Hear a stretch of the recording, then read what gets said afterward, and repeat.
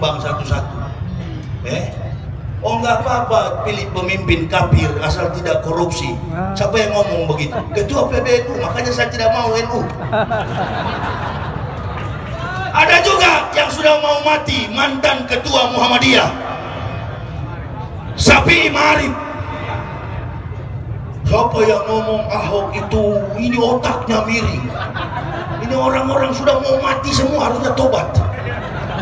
Mantan ketua Muhammadiyah. Makanya saya juga tidak mau masuk Muhammadiyah. Memang kita umat Islam ini Pak gampang sekali ditipu. Orang baru sebut satu ayat dipanggil al-murqalu wal muhtaru. Kendati di ustaz-ustaz di Manado ini kan, ustaz-ustaz yang ada di Jakarta, di Pulau Jawa ini asal beda dengan yang ada di daerah-daerah saya dapati. Asal sudah muncul di TV dipanggil ustaz.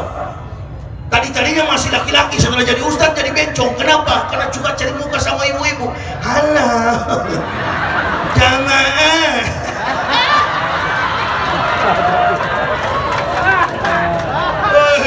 Tidak ada sahabat Nabi bencong. Sahabat Nabi semua laki-laki, berani mati.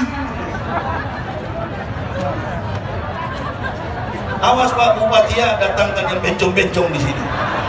Jadi bencong semua di masyarakat. Nggak ada. Ustadz itu kekar, berani, tidak takut karena benar. Semua jadi bencong, bikin suara perempuan semua. Jadi apa generasi kita bencong semua ini? Saya nonton TV, harus keliling saya. Harus saya cerdaskan umat ini. Kayak perhatikan betul sholat subuh. Satu waktu Pak saya diundang ke Nanggro Aceh Darussalam dari masjid di Ponegoro Medan. Dari masjid di Ponegoro Medan saya diundang ke Aceh 2011. Pertama kali saya ke Aceh, mendarat dari Jakarta. Dari masjid di Ponegoro kami menuju Lok Sumawe 8 jam perjalanan. Mengantuk saya suami istri dengan anak masih kecil waktu itu, kakaknya Ibnu itu. Kami di perjalanan mengantuk berat. Masuk di Lok Sumawe jam 2 subuh, jam 3, setengah 4, setengah 5 sudah mulai tahrim di masjid.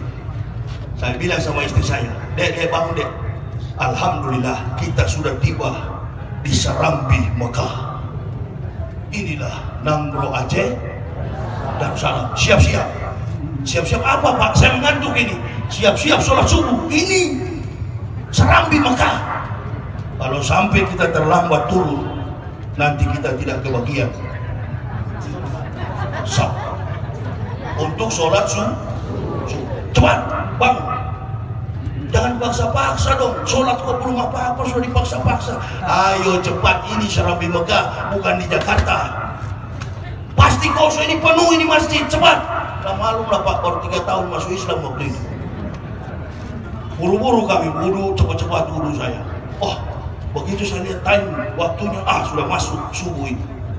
Imamnya menyeberang jalan. Saya masih hafal ajarnya Pak, sampai hari ini. Allahu Akbar, Allahu Akbar. Jadi saya yang lelah mengantuk ini tambah mengantuk saya. Goyang lagi. Kenapa? Karena takut kalau sudah tertidur batal. Diri lagi saya. Saya tunggu-tunggu lihat ke belakang sampai kiri kanan, mana jamaah datang ini. Imamnya pula sudah begini kakinya. Kayaknya sudah ini Pak, sudah verlamen, sudah stroke. Tunggu masuk komat. Imam yang azan, imam yang iqamat. Begitu takbir saya sudah tidak konsen. Saya berpikir insya Allah nanti kalau sudah rakaat pertama sudah banyak di samping saya. Sampai salam 2 rakaat. Usai sholat subuh tak ada satupun. Cuma berapa orang? 3 barangkali di samping. Kuku kaki orang intip cuma 3. Di belakang nenek-nenek cuma 1. Yang jadi khawatir saya dimarahi istri ini Pak, karena saya tadi buru-buru paksa dia. Mana Serambi Mekah? Makanya retak kekuatan kita mengadu. Ya ayyuhallazina amanu sta'inu bisabri washolati innallaha ma'as sabirin. Pemimpin negara sholat, insya Allah umat Islam sholat. Bupati sholat, Labuan Batu beginilah antusiasnya. Ketahuan. Coba kalau datang di tempat yang tidak sholat, nggak apa, giroh keislaman itu mulai padam. Dan ini Pak, cita-cita orang kafir 2020 mereka harus menaikkan derajat pemimpin-pemimpin mereka. Itu konven pendeta di Leiden tahun 94, saya hadir waktu itu. Diketuai oleh pemimpin tertinggi gereja Katolik Yohanes Paulus II. Sekarang sudah di neraka karena sudah mampus. Kau mati kalau kau dengar di sini, sakit hati sudah kau.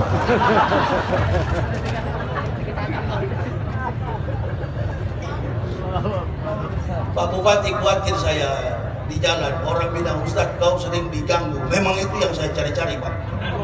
Iskariman aumut syahidan, hidup mulia atau mati syahid.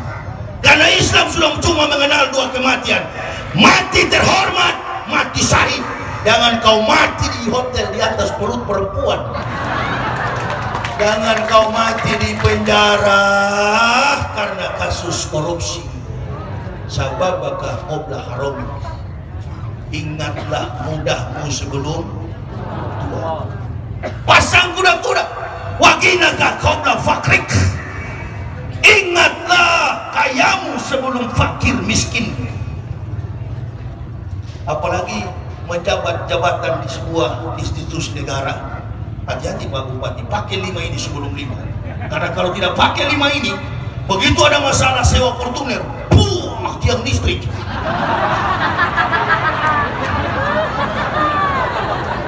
Karena berfoto ayah. Betul Bapak sakit ya. Model pemimpin partai di masa mendatang begini Pak, habis Islam. Sudahlah gentleman, pasang dada. Apa betul kau korupsi? Betul. Sebagai manusia lemah, kami diuji. Sedangkan kafir saja sama-sama kawannya setan korupsi, apalagi kami Islam. Begitu Pak. Alasan begitu, masuk akal juga. Begitu. Betul. Kamu dihukum 10 tahun. Siap Pak Hakim. Muslim itu gentleman, gampang ke lari. Hadapi kenyataan. Gak usah takut. Ma'asyabah min musibatin illa bi'idnillah. Wa may yu'min billahi yahdi qalbu wallahu bikulli syai'in alim. 3 hari yang lalu saya di Aibnata sini hampir celaka suami istri. Saya melambung dari mobil, sebelah di bawahnya ada Bang BRI di Aibnata, naik begini ada tikungan menipu. Tikungan itu hati-hati Pak, bahaya sekali. Saya melambung, truk di depan ada kol, saya melambung dia tidak kasih. Dari atas mobil merah namanya Halmahera. Memang sudah tabrakan. Tinggal 1 jari barangkali. Saya lihat dari bawah begini, penumpangnya tumpah ruah ke depan. Mobilnya berhenti dengan manis, saya juga berhenti pelan. Sebenarnya tabrakan, sopirnya buka kaca. Siapa bapak ini? Begitu mau ketabrak, seperti ada tangan yang menghalangi di jalan Allah. Apalagi cuma nih ampas-ampas kafir ini mau ini saya ada. Islam dengan logika. Jangan pakai logika dalam berislam, pakai keyakinan. Mengedepankan recognize, pengakuan adalah lebih utama daripada pengetahuan. Saya sudah lelah Pak pakai pengetahuan, nggak ketemu Islam. Makanya di dalam Islam ini saya nggak terlalu memfokuskan pada perhatian ilmu fikih. Kenapa? Ilmu fikih saya sudah terpelajari. Di atas langit ada langit. Ntar orang kunut salah, yang tidak kunut salah. Allahu Akbar. Bukan datang sholat, datang perhatikan dagu orang. Ini jenggot kurang panjang ini kaki celana kurang panjang, ini masuk neraka. Berani betul. Orang bikin maulud bidah, orang bikin hari besar Islam bidah, orang yasinan bidah, saudaranya bertamu pantatnya dicuci lagi. Ini kita ini orang Islam, Al-Qurannya sama, sholatnya sama, nabinya sama, Tuhannya adalah Allah.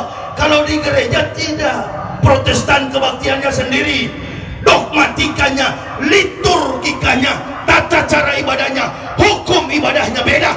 Tapi kalau kita umat Islam sama, sholat sama, yang beda apa itu Ustaz? Ujung jari. At-tahiyatul akhir mulai beda di situ. Ada yang lurus begini, ada yang suka goyang, dia mainkan. Tahiyatul mubarakatuh. Sekarang ada yang baru Pak Bupati, dia cukil dari bawah begini.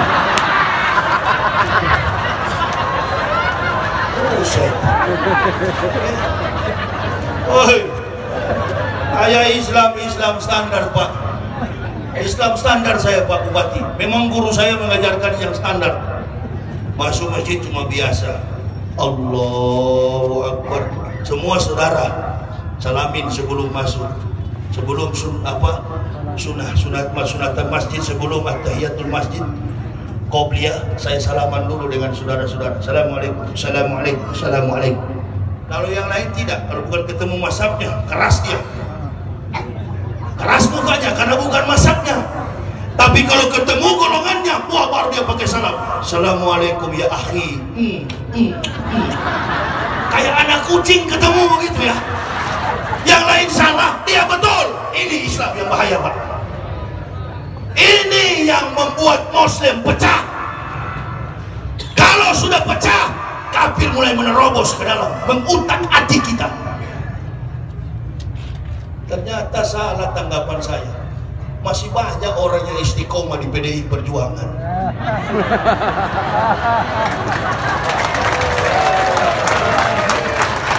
Kalau kita yang baik tidak berpolitik, nanti yang kurang ajar, yang kafir yang akan berpolitik.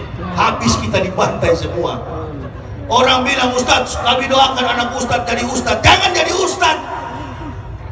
Doakan dia jadi anggota parlemen. Doakan dia jadi menteri supaya dia bisa bela Islam ini. Doakan itu yang di mobil sana, bayi saya, anak saya laki-laki Muhammad Ibnu Syawal jadi anggota parlemen di masa datang. Doakan anak-anak saya, bapaknya biar pendakwah, karena menjadi pendakwah tidak mudah. Jujur, lidahnya tidak bercabang, hanya bicara tentang kebenaran dan tidak mampu dibujuk-bujuk dengan panggilan duniawi. Sudah kututup kupingku ini Pak Bupati, tutup untuk panggilan dunia. Apa yang kurang saya waktu rektor? Apa yang kurang? Digaji oleh Jerman, disupport American Public Affairs Committee, APEC. Bantu saya. Gaji pendeta baru S1 saja sudah puluhan juta. Saya rektornya. Mau pakai sepatu yang model bagaimana? Pakai baju yang model bagaimana? Jas yang model bagaimana? Sudah saya rasakan, sudah pernah tenggelam ke dalam kesenangan duniawi. Makanya jangan heran kalau saya suka berkeliling. Saya merasakan bagaimana Nabi Muhammad menderita dengan sahabatnya. Bagaimana Nabi Muhammad dilempar dengan batu. Bagaimana Nabi Muhammad dianiaya. Hashtag ini hanyalah permainan tiap hari Rasulullah. Sarapan pagi Nabi, fitnah dan ancaman. Orang tanya sama saya, Ustaz sering diancam. Innalillahi, satu hari 1000 kurang. Bagaimana orang tidak ancam? YouTube ini tersebar ke ujung-ujung dunia. Tapi tidak pernah saya mengatakan di hadapan jemaah, saya minta dikawal karena saya takut. Saya hanya takut kalau saya tidak sujud, tidak sholat kepada Allah.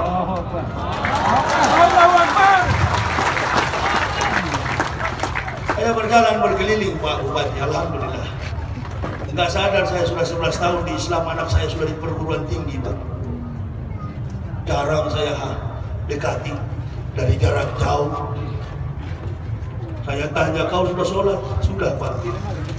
Gak sangka saya Pak, sudah di UI. Ku ampusakum wa ahlikum naroh. Jagalah dirimu dan keluargamu dari api neraka. Karena cuma bapaknya yang takwa, ibunya main di live dangdut. Anak-anaknya gentayangan ke sana kemari. Jaga generasi kita, didik anak cucu kita menjadi manusia yang berakhlakul karimah, berpendidikan tinggi dan juga berakhlak mulia. Dimanapun kita hidup, gak mudah digoyang oleh arus kehidupan.